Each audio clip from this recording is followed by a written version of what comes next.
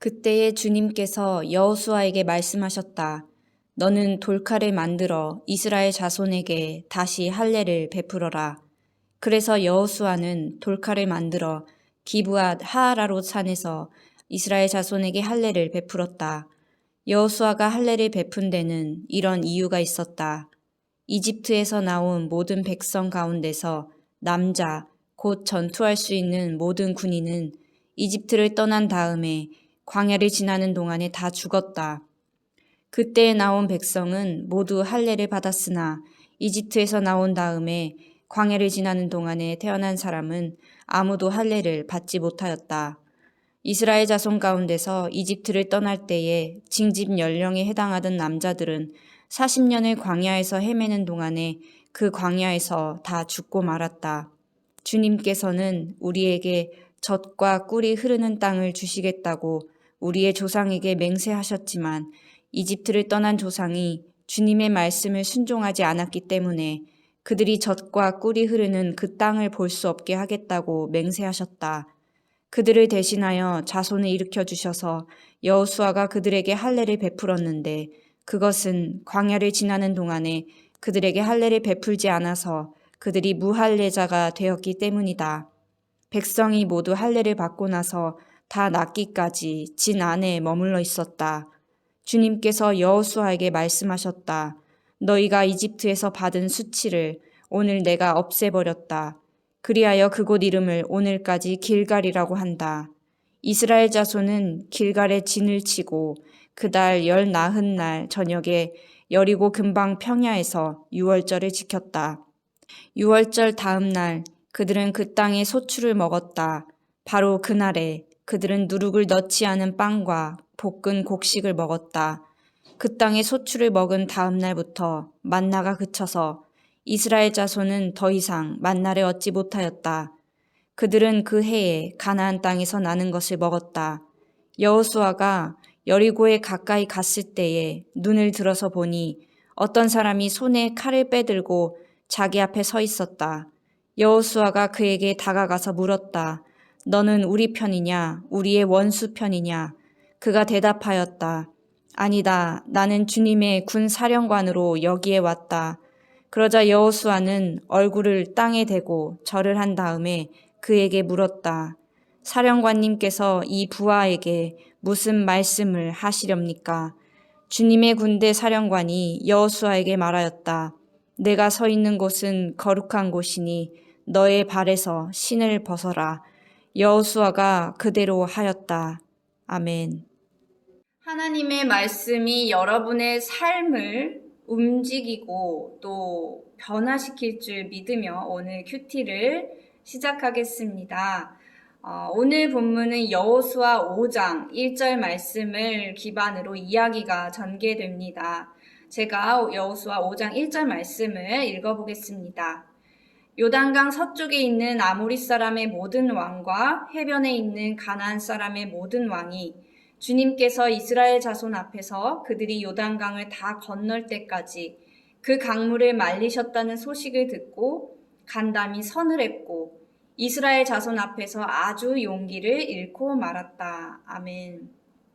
전쟁을 시작하기도 전에 가나안 사람들에게 두려움이 엄습했어요. 하나님께서 요단강을 홍해처럼 말리시고 이스라엘 백성들을 마른 땅 위로 걷게 하신 그 사건을 가나안 땅에 있는 모든 왕들이 듣고 두려움에 사로잡혀 있을 그때, 바로 그때 하나님께서 여호수아에게 이스라엘 백성들이 할례를 받도록 명령하셨습니다. 할례가 갖는 의미는 과연 무엇일까요? 왜 하나님께서는 그때에 이스라엘 백성들에게 할례를 받으라고 명령하셨을까요? 요단강을 건너는 일은 창조 사역입니다. 이 일로 인해서 이스라엘은 땅을 소유한 민족으로 태어나게 되죠. 그리고 새로운 신분을 가지고 새 출발을 하게 된 이스라엘은 새로운 시작을 상징하는 예식을 통해서 하나님과의 관계를 확인하며 동시에 지난날의 수치를 완전히 씻게 됩니다. 출애굽한 지 40년이나 지났는데 아직도 애굽의 수치가 이스라엘 백성들에게 남아 있었습니다. 하나님께서는 이스라엘 백성들이 노예의 삶을 사는 것을 원치 않으셨어요. 하나님의 언약 백성으로 사는 것은 억압에서 벗어나 참 자유인으로 사는 것입니다. 참 자유인으로 산다는 것은 이스라엘 백성들에게는 두려움의 대상이었던 것이 더 이상 두렵지 않은 것을 의미합니다.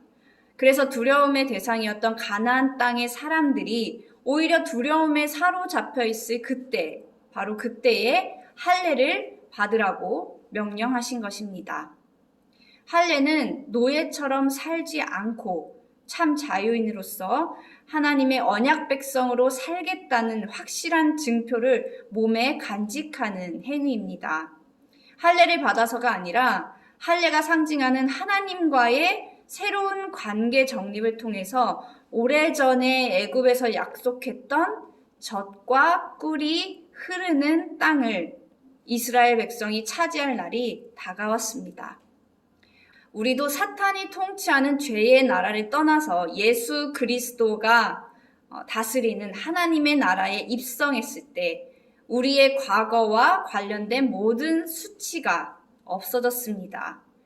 하나님께서는 여러분에게 하나님의 자녀라는 새로운 신분을 주셨고 예수 그리스도와 새 출발할 수 있도록 인도해 주셨습니다.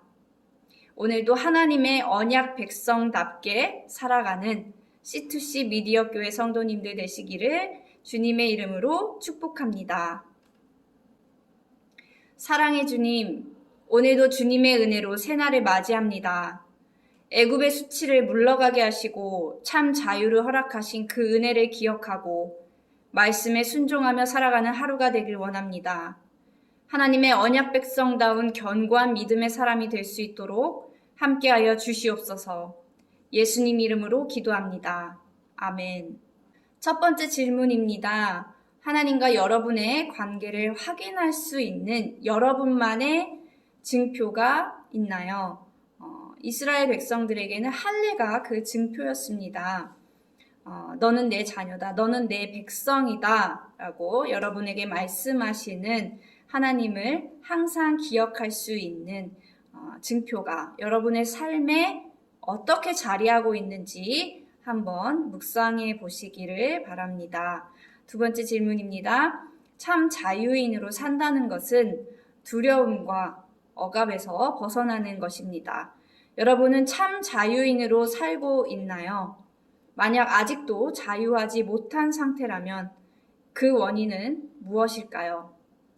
하나님과의 온전한 관계를 맺기 위해서는 우리에게 자유를 허락하신 그분만을 믿고 의지하는 따르는 길밖에 없습니다. 오늘 묵상 질문을 통해 여러분의 삶을 한번 점검해 보시고 말씀이 인도하는 길을 따라 하나님께 순종하는 하루를 사시기를 기도하겠습니다.